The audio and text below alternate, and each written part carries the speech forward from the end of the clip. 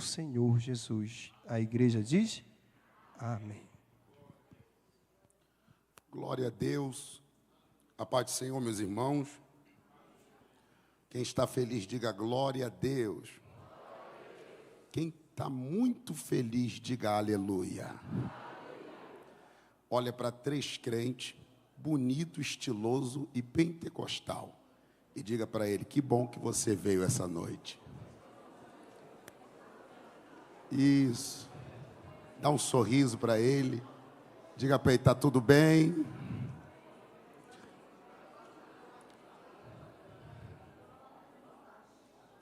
Diga para ele assim, ó.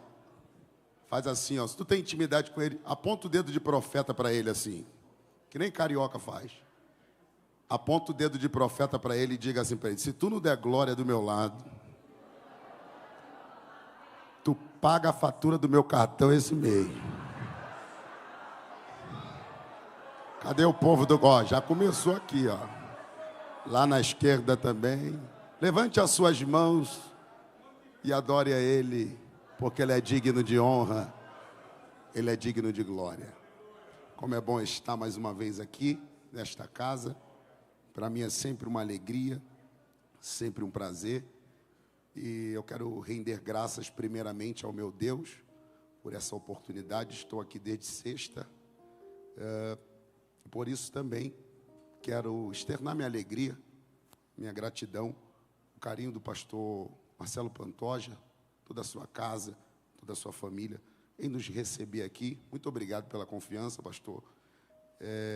Um homem muito humilde, cheio do Espírito, e eu gosto de gente humilde. Eu acho que eu sempre digo isso nas minhas mensagens: gente humilde. Pastor Sinésio nem fala.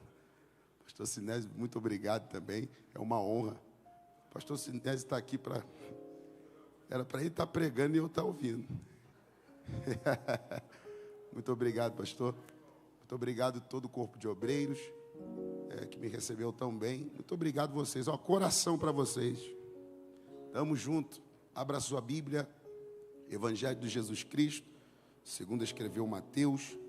O capítulo é o 14. O capítulo é o 14. Evangelho de Jesus Cristo, segundo escreveu Mateus, capítulo 14, versículo 22.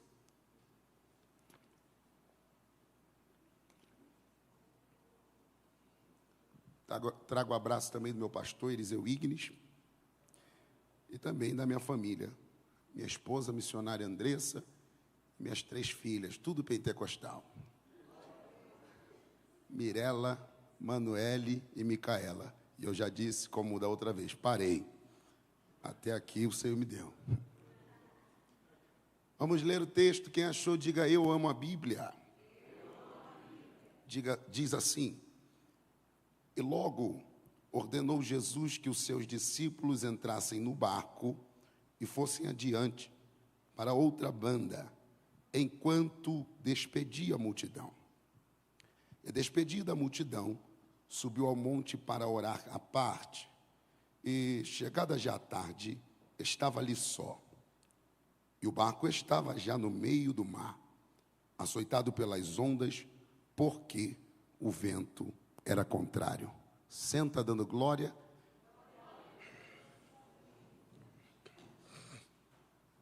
Preste alguns dos seus minutos. Texto muito familiar. É um texto muito conhecido. Quem nunca ouviu um sermão, um pregador, né, fazendo exposição sobre esse texto?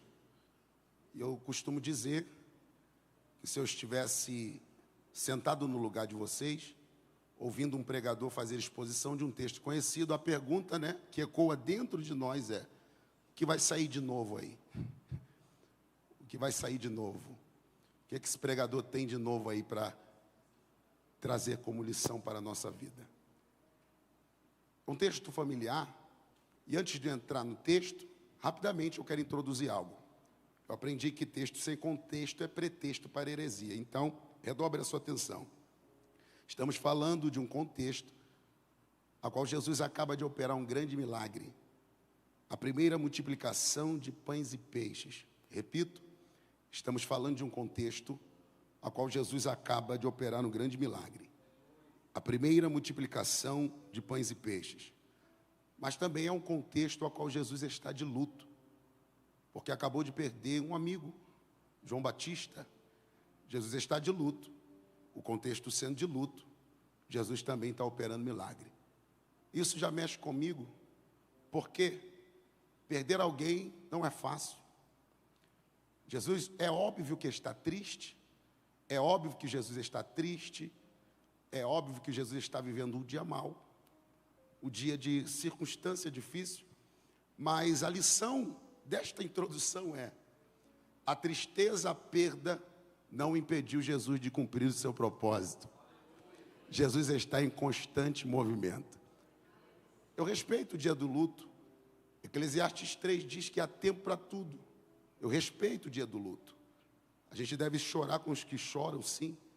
Mas tem gente, e eu já vi, até da minha família, passa-se os anos e a pessoa não supera o luto. Mas hoje eu vim com uma palavra que eu creio ser profética para a tua vida.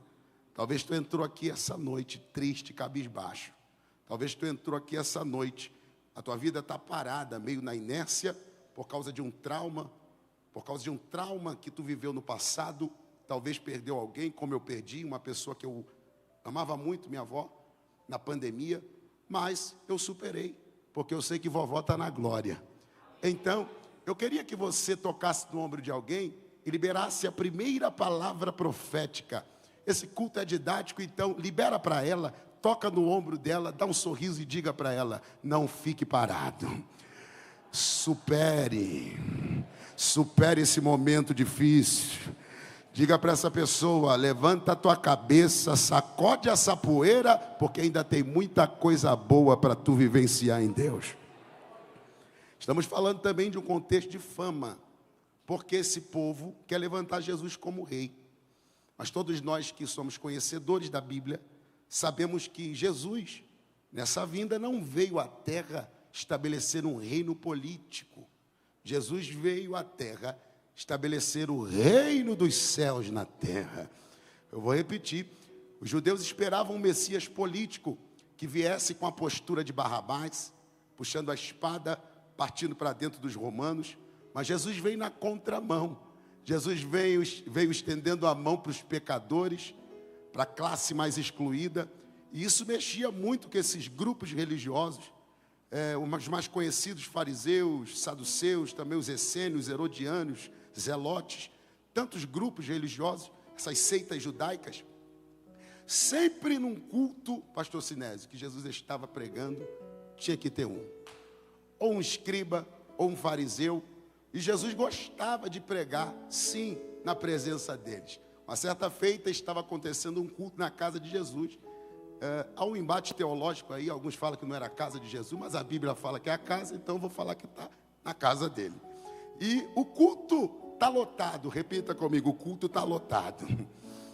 Irmão, se Jesus estivesse pregando no meu lugar aqui, pastor Sinésio, não ia ter como entrar dentro desse lugar, porque o culto é completo. Ia ter milagre, ia ter sinal, ia ter perdão, ia ter levanta e anda. O culto completo. Pensa num culto a qual Jesus, se ele estivesse pregando aqui no meu lugar. E é o culto que está acontecendo lá em Cafarnaum. E a Bíblia diz que não tem como entrar pela porta. Se tem janela, também não tem como. Mas 4 homens carregando um paralítico acham acesso aonde ninguém achou. Alguém entendeu lá atrás. Culto é assim, irmão. Culto é assim. Existem momentos da nossa vida que vai existir alguns bloqueios que vai nos impedir de chegar no culto. Mas ainda bem que eu vim pregar para crente doido, como aqueles 4 homens cheios de fé. Não tem acesso pela porta, vamos arrumar um jeito. E ainda tem mais, vamos levar quem não pode ir com as suas próprias forças. Porque amigo de verdade é assim, eu costumo dizer, lá no Rio de Janeiro, amigo de verdade não te leva para a furada, amigo de verdade te leva para a presença de Jesus. E culto é isso. E esse povo, esses grupos religiosos, batiam de frente com Jesus, porque Jesus estendia a mão para o pecador, estendia a mão para a classe mais excluída. Eu não quero entrar muito nisso aqui, porque eu quero entrar no texto. O versículo 22 diz para a gente uma informação. Jesus dá uma ordem, repita comigo, Jesus dá uma ordem para os discípulos. Pode ficar melhor, Jesus dá uma ordem para os discípulos. E a ordem é: entrem na embarcação e atravessem para o outro lado. Gente, dentro de um contexto geográfico e falando da profissão mais conhecida naquele tempo, era a pescaria. Esse povo aqui que está entrando na embarcação, chamado discípulos, os discípulos, a maioria eram pescadores. Então a maioria conhecia aquela região. Atravessar para o outro lado, para eles faziam isso quase todos os dias. Eles dominavam aquela região. Eles conheciam aquela região.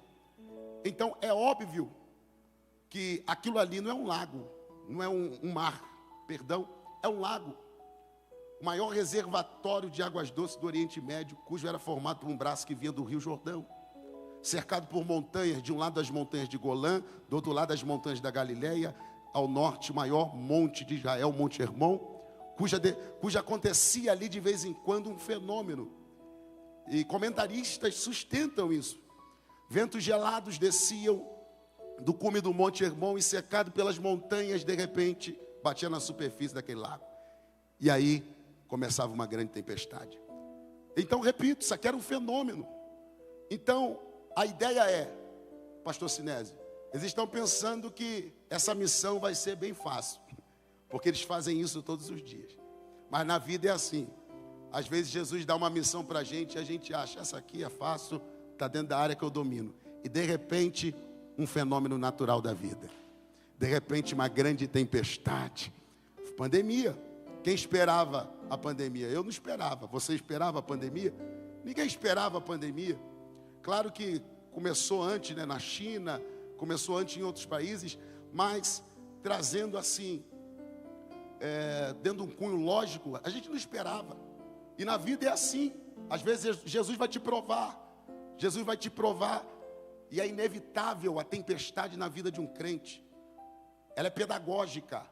Eu postei algo no Instagram esses dias e alguém até falou um negócio lá, mas é o que eu concordo. Jesus é muito mais do que teólogo. Jesus é pedagogo. Porque se tem alguém que sabe ensinar, na prática é Ele. Eu não sei se eu falei isso aqui da outra vez, mas eu vou falar de novo. Se eu falei, eu vou falar de novo.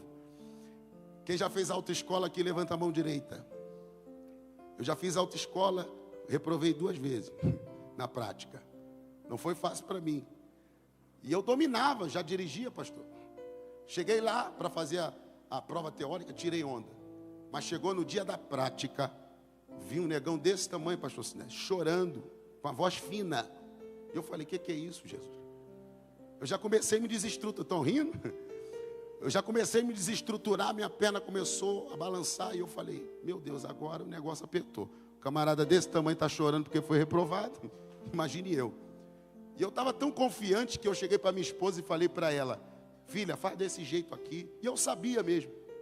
O que era teórico, eu sabia, eu tinha estudado, eu conhecia. E eu falei para ela, faz isso aqui que vai dar certo. Porque ela ia fazer a prova junto comigo também. Traduzindo, entrei dentro do carro, nervoso. Chegou um camarada, parecia o Van Diesel do Velozes e Furiosos. Quem já viu Velozes e Furiosos aqui? 60 de braço, sentou do meu lado. Eu falei, bom dia. Ele falou, espero que você não tenha um. Eu falei, pronto, demônio pegou o Van Diesel. Eu falo bom dia para o camarada fala, espero que você não tenha um, é coisa boa, não está nele. Traduzindo, reprovado. Concluindo, eu reprovei, a esposa passou. As mulheres eram para ter dado glória a Deus. Porque eu estou dando essa volta toda, porque os discípulos estão na prova prática. Já tinham aprendido muito, já tinham sentado para ouvir Jesus. E imagina Jesus ensinando, irmãos. Oh, coisa linda. Eles andavam com Jesus. Era a palavra todos os dias. Eles andavam com Jesus, se assentavam com Jesus. E os discípulos agora receberam uma ordem. A ordem é, entrem na embarcação e atravessem para o outro lado. E de repente, no meio do mar, uma grande tempestade se levanta. E o texto diz que o vento é contrário. Eles estão na prova prática. Mas perceba uma coisa. Na primeira tempestade, Jesus diz, estando no barco, passemos para outra margem. Mas na segunda tempestade, passem para outra margem. Perceba que o nível é outro. Perceba que andar com Jesus é assim. É viver mudança de níveis. Na primeira Jesus estava. E na primeira passemos, porque a gente está junto. Mas na segunda, agora vocês já aprenderam. Passem. Eu costumo dizer isso, eles estão na prova prática. E meio fala do lugar da decisão. Todo o caminho é dividido em 3 partes. Quantas partes, gente? Quantas partes? Eu falo e vocês repetem. Início. Mais forte. Início. Meio. Fim. Iniciar alguma coisa em qualquer área da vida é fácil, gente? Tomar uma iniciativa na área profissional, na área ministerial, na área espiritual, em qualquer área, sentimental. Tem gente que está enrolando, está namorando já há 6 anos, enrolando a namorada e não consegue tomar iniciativa, porque tem medo, porque falta o recurso. Eu costumo dizer isso, eu falo de mim, quando eu casei eu não tinha muito recurso, mas quando eu falei, vou casar, e vai ser no cartório, porque eu não tenho dinheiro. Aí Jesus lá de cima, mas eu tenho, eu sou o dono do ouro e da prata. Aí eu falei, não vai ter festa porque eu estou duro. Aí Jesus, eu tenho dinheiro, vai ter festa sim. Aleluia! É iniciativa. Quantas pessoas estão aqui que já eram para estar pregando, né, pastor Marcelo Pantoja? Já eram para estar pregando, vivendo o chamado, mas não tomam uma iniciativa. Não conseguem, tem medo, tem uns que têm medo de microfone, que nem minha esposa. Minha esposa tem um pouco de medo de microfone, mas quando pega para largar, que é o problema. Tem pessoas também na área espiritual. Todo ano é a mesma coisa. Quando começa a chegar dezembro, ano que vem vai ser diferente. Ano que vem eu vou orar mais. Ano que vem vou jejuar mais. Vou fazer aquele propósito de 3 dias no monte. Ano que vem eu vou ser diferente. O ano passa, fevereiro, março, abril, maio, e continua a mesma oração, pregando a mesma palavra, o Salmo 91, e não sai do Salmo 91. Eu estou pregando aqui algo real, o que acontece com a gente. Às vezes a gente está muito na zona de conforto, aí Deus tem que sacudir o nosso barco. Cata a mão de alguém, eu não vou fazer isso sempre, mas diga para ele, não fica esperando Deus sacudir o teu barco não, para tu tomar uma iniciativa. Aleluia! Eles tomaram a iniciativa e obedeceram a ordem, sim ou não? Sim ou não? Mas agora estão no meio. E esse negócio de meio mexe comigo, pastores. Porque o meio é o lugar da decisão, o meio é o ponto de equilíbrio de um caminho. E iniciar, tomar uma iniciativa, melhor dizendo, olhe para mim, não é fácil. Mas depois que a gente toma, a gente está cheio do gás. Já viu? Que nem novo convertido. Para levantar a mão é difícil, mas depois que levanta, ninguém para ele, irmão. É monte todo dia, escola dominical. Eu não sei aqui, mas lá no Rio de Janeiro, de novo convertido é assim. Pastor Sinésio, meio-dia, eles estão ataviados. Ó, gravata até aqui, com o pandeiro na mão, indo para o monte. Caminhando eu vou para Canaã. Eles estão lá. Porque o início a gente está cheio do gás, mas o negócio é quando chega no meio. Porque quando chega no meio, a prova chega, o vento sopra contrário, e quando chega no meio, as tuas forças do início não são mais a mesma. O teu gás não é mais o mesmo, o teu ânimo não é mais o mesmo. O desafio chega, e eles estão no meio. E a primeira percepção que a gente tem quando a gente chega no meio é essa, que a mesma distância que a gente percorreu para chegar no meio, é a mesma que falta para chegar no final. Então, por que existem pessoas ainda que querem voltar? Se a mesma distância de volta é a mesma de chegada. Diga para essa pessoa, não volta não, porque a mesma distância de volta é a de chegada. Tem gente que quer voltar, pastor Marcelo Pantoja, por quê? Porque o vento está favorável. Mas evangelho não é andar, remar, sempre no vento sendo favorável. Evangelho é isso aqui. É passar sim por lutas, circunstâncias difíceis. E a tempestade, eu costumo dizer, ela é inevitável. E a tempestade na vida de um crente, às vezes é como um ladrão. Não manda um WhatsApp, não passa um WhatsApp, não passa uma mensagem para você, não faz uma ligação dizendo, vou chegar tal dia, se prepara, tá? A tempestade, ela chega e de repente é um filho que entra nas drogas, de repente é alguém da família que morre, E é isso. É como um ladrão arromba a porta da nossa vida, faz uma reviravolta, e a gente às vezes não entende, mas é o Deus permissivo querendo te jogar para um novo nível. Eles estão no meio, e no meio Abacuque entende algo. É o mistério do meio. Por quê? No meio Deus não nos abandona. E eu provo na Bíblia. Abacuque abre a sua boca e diz assim: ouvi a tua palavra e temi, Senhor. Aviva a tua obra. No início? No final? Não. No meio dos anos. A palavra que eu tenho para a tua vida é essa: tem avivamento chegando no meio. Tem ânimo chegando no meio. Diga para quem está do teu lado: levanta a tua cabeça, porque tem reforço, tem ânimo, tem avivamento chegando no meio. Mas pastor, o que é que eu faço com o medo que eu estou sentindo? O que é que eu faço com o desânimo que eu estou sentindo? Irmão, tem uma frase que não é minha, é de Moody. E Moody diz assim: quando o medo bater na tua porta, manda a tua fé atender. Quando o medo bater na tua porta, manda a tua fé atender. Não vai atender com os teus achismos, não. É a hora de ativar a fé. O que é fé, pregador? Fé é colocar o pé e Deus coloca o chão. Nosso problema é que nos falta fé. E sem fé, a Bíblia diz, é impossível agradar a Deus. Eles estão na prova prática. Jesus está provando eles. Isso aqui é um teste, gente. Isso aqui é um teste, na prova prática. Uma certa feita, na continuação do Sermão da Montanha, Jesus disse assim: aqueles que escutam as minhas palavras. Não sei se alguém vai pegar e dar glória, mas vou liberar. A irmã levantou a mão ali, então vou profetizar. Aqueles que escutam as minhas palavras e as pratica, assemelhá-lo-ei ao homem prudente que edificou a sua casa sobre a rocha. Soprou vento, está de pé. Desceu chuva, continua de pé. Correu rio, continua de pé. Que casa é essa, pregador? É a casa de quem escuta a palavra de Deus e coloca em prática. Diga para quem está do teu lado: quem investe tempo na base pode melhorar. Quem investe tempo na base com certeza não vai ficar por aí perdendo o tempo da vida removendo entulho. Quem investe tempo na base não vai ficar por aí, é claro isso aqui, perdendo tempo da vida removendo entulho. Aí tem gente que chega lá no meio, caiu, desabou aquilo que construiu. Aí quer chamar Jesus para ajudar lá do meio. Aí Jesus fala: não, tu não me chamou no início, agora eu vou te ajudar do meio para frente? Não, volta.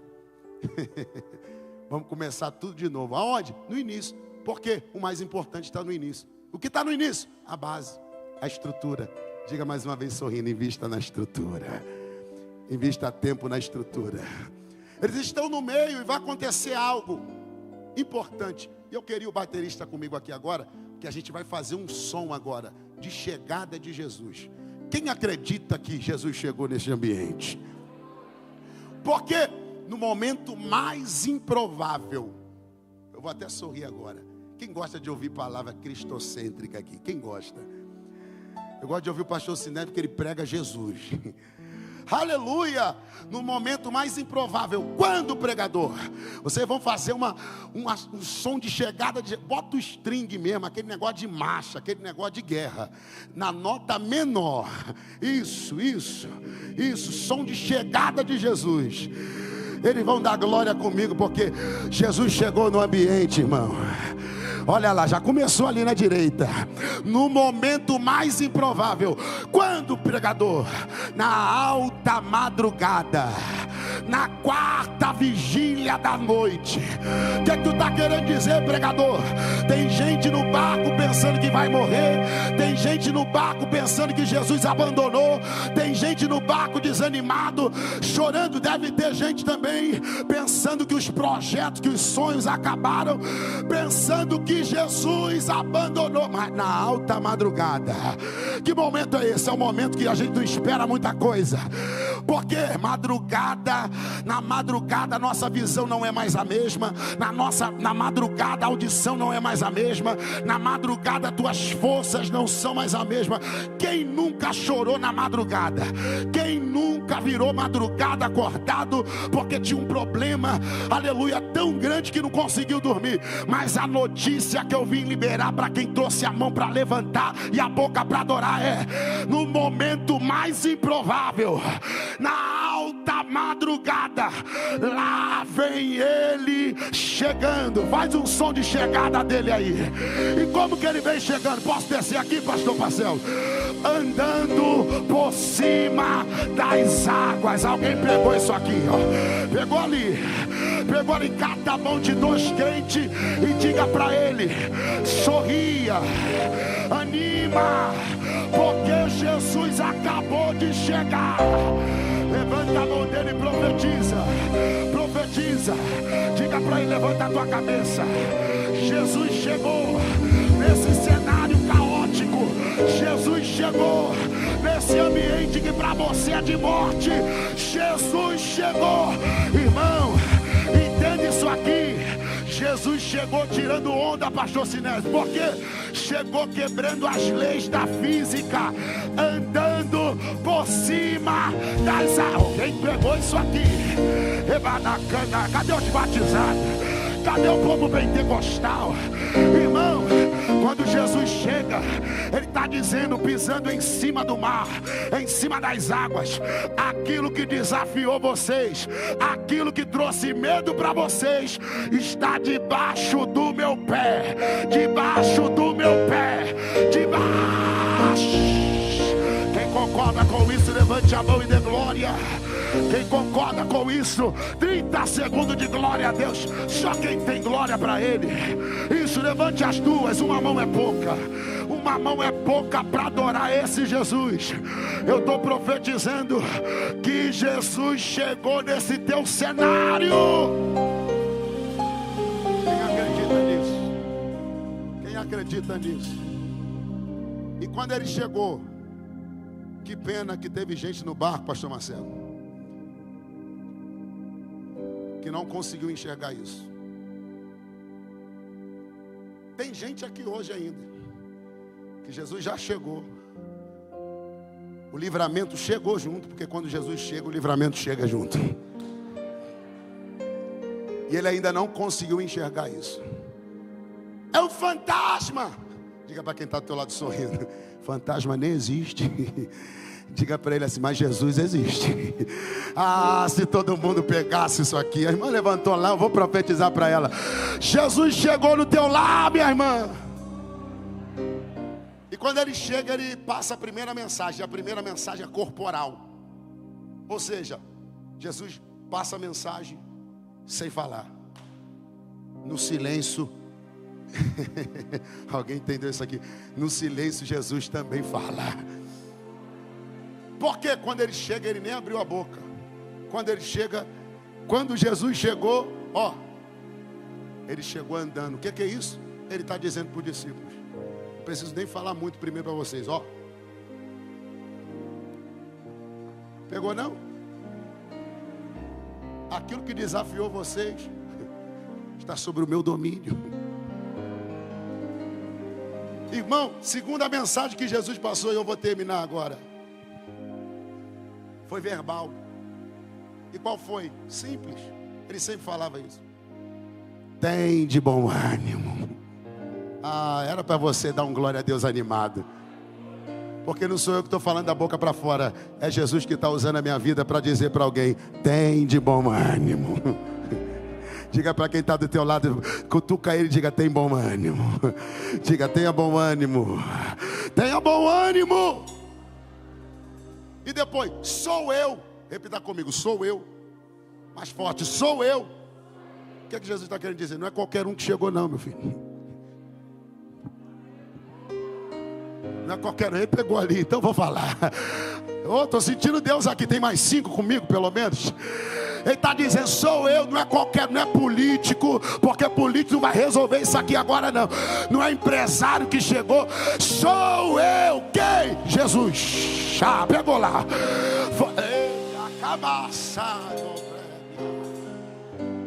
Jesus chegou e depois, repita comigo, diga: não tem mais.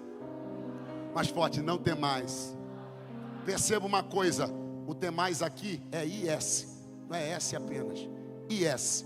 Se fosse apenas S, não temas, Jesus estava no singular. Não tem mais, IS, quantidade, plural. Jesus não chegou para animar 1, 2, 3, 4, pegou lá, 5. Cata a mão de alguém, é a última vez que eu faço isso. Cata a mão dele e diga para ele: Jesus não chegou para animar somente 3. Jesus não chegou para animar somente 5. Levanta a mão dele, diga para ele: Jesus chegou nesse culto para animar todos. Por que, pregador? Por quê? Porque Jesus não tem filho predileto, mas ele tem os mais íntimos. Geralmente os mais íntimos são os mais doidos mesmo. E o mais íntimo vai mostrar isso. Qual o nome dele? Pedro. Jesus está falando daqui e Pedro está falando lá do outro lado. Pegou não? Jesus está falando dali, Pedro está falando daqui. E o que Jesus fala? Tem de bom ânimo, sou eu, não tem mais. Aí Pedrão, que é um homem temperamental, falando de personalidade, temperamental, de temperamento, sanguíneo, é o homem que, meio nervosinho. Tem algum nervosinho aqui? Aqui não, só lá em Santa Cruz da Serra. Um nervosinho, está na galeria dos mais íntimos. Ou seja, eu acabei de dizer, ele não tem filhos mais, aqueles que, mais preferidos, os mais preferidos, mas ele tem os mais íntimos, Deus tem. E quem era? Pedro, Tiago e João. E quem vai tomar uma atitude aqui? Um dos mais íntimos. Mas não é o temperamental, é temperamental, nervosinho, mas tem intimidade com Deus. Tem gente que rotula a gente, só porque às vezes tu tem um temperamento mais explosivo, pensa que tu não tem a presença de Deus. É o teu temperamento que o Espírito Santo está trabalhando, mas tu tem intimidade, porque só Jesus sabe que tu passa aqui, ó, quando ajoelha na presença dele. E Pedro vai abrir a boca. Jesus diz de um lado: tem de bom ânimo, sou eu, não tem mais. Pedro está olhando assim, ó, eu conheço essa voz. Não é fantasma não, bobo. Fica quieto aí. Eu sei quem está falando. Senhor, se és tu, manda-me ter contigo por cima das águas. Se todo mundo pegasse isso aqui. Por que reconheceu a voz? Porque quem tem intimidade reconhece a voz daquele que está falando lá do outro lado. Pastor Sinélio, se o pastor Marcelo Pantoli chegar sem avisar na tua casa, não sei se tem campainha lá, não sei se é apartamento, mas se ele chegar e falar: pastor Sinélio, cheguei para almoçar, tu não vai reconhecer a voz dele não? Na hora, por quê? Tu tem intimidade, e quem tem intimidade conhece a voz do amigo.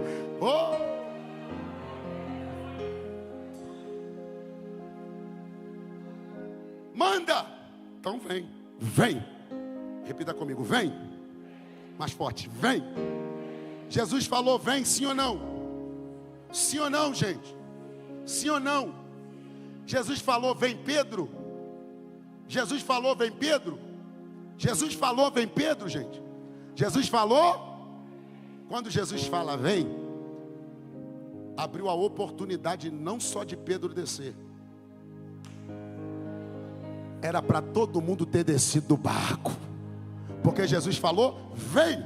O que está querendo dizer, pregador? Essa noite, Jesus não está mandando só Pedro descer. Essa noite, Jesus está mandando toda a Assembleia de Deus de Águas Claras. Vamos descer. Vamos descer. Vamos descer. Bate no ombro de alguém e diga: vamos descer desse barco. Diga para ele: está muita confusão dentro desse barco. É muita confusão, é muita gente chorando, é muita gente triste, é muita gente incrédula, é muita gente murmurando. Vamos sair daqui desse ambiente. Mas pregador, esse ambiente aqui é o mais seguro. Porque aqui no barco tem chão para a gente pisar. Aqui no barco é o barco do chão, da nossa segurança. O problema está aí. É que a gente confia muito naquilo que está dentro do âmbito natural da razão. Mas evangelho é viver sobrenatural. Qual o medo deles? O barco quebrar e todo mundo ir para a água. Aí Pedro, esse aqui é doido, pastor. Vocês estão com medo? Eu vou fazer o que ele está fazendo. Por quê, Pedro? Porque característica de discípulo é andar como mestre, ser como mestre, viver aquilo que o mestre está vivendo. Característica de discípulo é isso. É querer viver o que o mestre está vivendo. Então por que Pedro desce? Porque é uma característica de um discípulo. Ué, mas todo mundo que está no barco não é discípulo? Mas lá vai. Nem todo mundo que tem nome de discípulo age como verdadeiro discípulo. Nem todo mundo que tem título, tem um nome, vai agir como verdadeiro discípulo. Pedro desceu, e eu encerro. Desceu, começou a viver o sobrenatural. Sim ou não, gente? Posso descer aqui, pastor? Eu gosto de olhar agora nessa parte da mensagem, no olho das pessoas. Quando Pedro desce,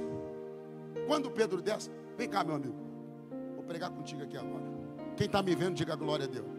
Esse camarada aqui que está com essa gravata bonita, diga aleluia. Pedro desceu, sim ou não? Sim. Sim ou não? Sim. Desceu. Quando Pedro estava lá no barco, o vento estava soprando lá? Estava? Tava muito. Quando desceu, parou o vento ou continuou soprando? Continuou. Mas há uma grande diferença. Lá no barco é o nível do natural. Agora, fora do barco é o nível do sobrenatural. O que é isso? O nível da fé. Lá no barco estava soprando, sim ou não? Sim. Desceu do barco, está soprando? Sim. Mas qual a diferença? É que no barco, no nível do natural, tem muita gente do teu lado para te dar suporte e dizer: vamos morrer não, calma. Outros chorando, dizendo: vamos morrer. Outros: não vamos não, vamos morrer. Vamos não, vamos morrer. Tem muita gente no barco e uma confusão. E a gente confia aqui, como eu já falei, no chão.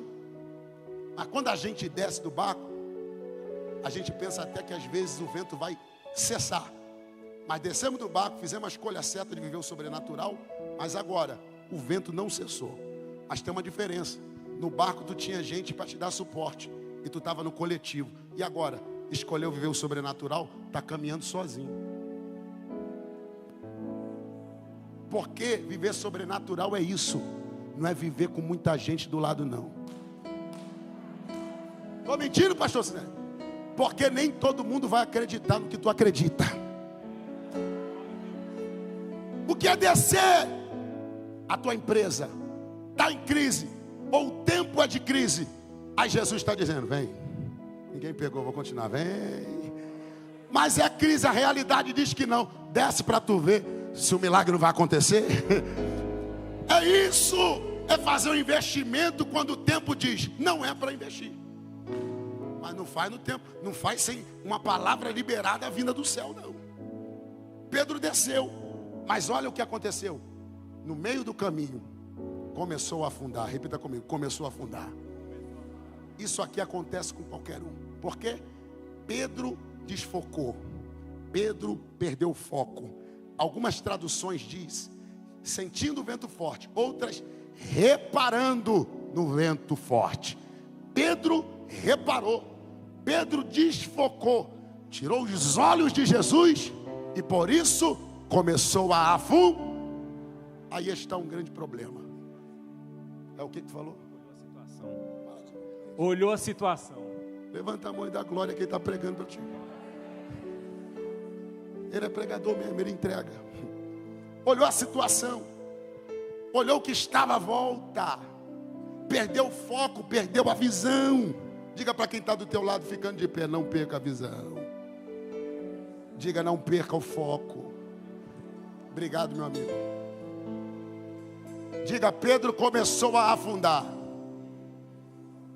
Mas Pedro lembrou de uma coisa, pastor Pantoja, Marcelo Pantoja. A arma de um crente está na sua. Começou a afundar, sim ou não? Mas abriu a boca. Mas pediu socorro. Sabe qual é o maior problema, às vezes, de gente que não tem coragem nem de pedir socorro para Deus? Está nessa situação porque tu não pediu socorro ainda. Abre a boca e pede socorro para tu ver se Jesus não chega, segura na tua mão e diz: estou contigo. Mas lá vai a crítica construtiva. Qual? Homem de pequena fé, por que duvidaste? Irmão, se uma pequena fé fez um homem andar sobre as águas, imagine que uma grande fé não faria. Se uma pequena fé fez um homem andar sobre as águas, imagine que uma grande fé não faria. Jesus segura na mão dele e faz essa crítica construtiva. Porque Pedro gritou. Repita comigo, Pedro gritou. Pedro pediu socorro. E para quem ele pediu socorro? Para quem está no barco? Para quem está no barco? Para Jesus. Mas perceba uma coisa, ele não disse assim, ó, Jesus, ajuda-me. Não, ele disse, Jesus, salva-me. Porque se ele pede ajuda, ele estava pedindo para quem está no barco. O homem pode te ajudar, mas salvação só Jesus pode. E essa é a hora. Eu vou entregar agora o microfone. Quem quiser pode vir, pastor. Aceitar Jesus. Quem quiser pode se reconciliar. Vem para Jesus. Ele está aqui. Ele é o teu melhor amigo. Eu falei do meu testemunho aqui, na outra vez que eu vim, da onde que Deus me tirou da lama, ainda com 14 para 15 anos, adolescente, sem pai, só minha mãe, coitado, minha mãe passou uma prova, passamos juntos, sem pai, sem renda nenhuma. Jesus não deixou a gente só. Jesus não abandonou a minha família, irmão. Diga para quem está do teu lado, Jesus não abandona. Ele não nos abandona. Ele está aqui para segurar na tua mão direita. Ele está aqui para segurar na tua mão direita e dizer, tu não vai afundar. Por quê? Tu fez a melhor escolha, que foi descer. Aleluia! Porque Jesus segurou na mão de Pedro. Porque Pedro tomou uma atitude certa. Começou a afundar, mas começou a afundar na direção certa. Afundou, começou a afundar, mas estava na direção certa. A iniciativa foi a certa. Talvez você está nessa situação também, começando a afundar, já entregando quase a carteirinha, depressão está batendo na tua porta, ansiedade. Mas a palavra que eu tenho para ti, vem para Jesus. A página vai virar na tua vida. Vem para Jesus. Levanta a mão à igreja assim, a mão direita, vira para trás e fala assim, ó, vem. Isso, chama que vai vir. Eu creio nessa palavra. Quem acredita? Isso, mas chama ligado. Isso. Cadê os crentes espirituais? Cadê os crentes espirituais? Cadê os crentes espirituais? Cadê a primeira pessoa? Cadê a primeira alma? Se não tem, eu preciso entregar o microfone. Que Deus te conceda uma nova oportunidade.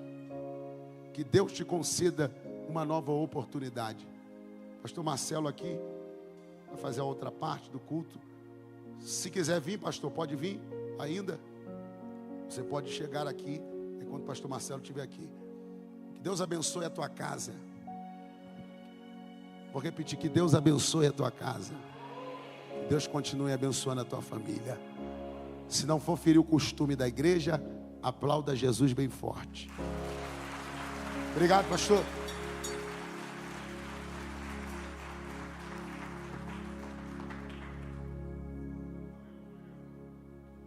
Aleluia.